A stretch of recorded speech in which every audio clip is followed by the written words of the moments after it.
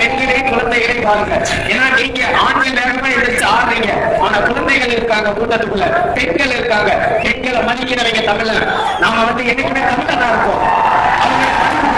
ஏன்னா நீங்க உணர்ச்சிக்கு எதிர்த்து ஆடிடுறீங்க, ஆனா பெண்கள் இருக்காங்க, குழந்தைகள் இருக்காங்க. தயவு செய்து அவங்களுக்கு நீங்க உணர்வு அளிச்சு மதிப்பு கொடுத்து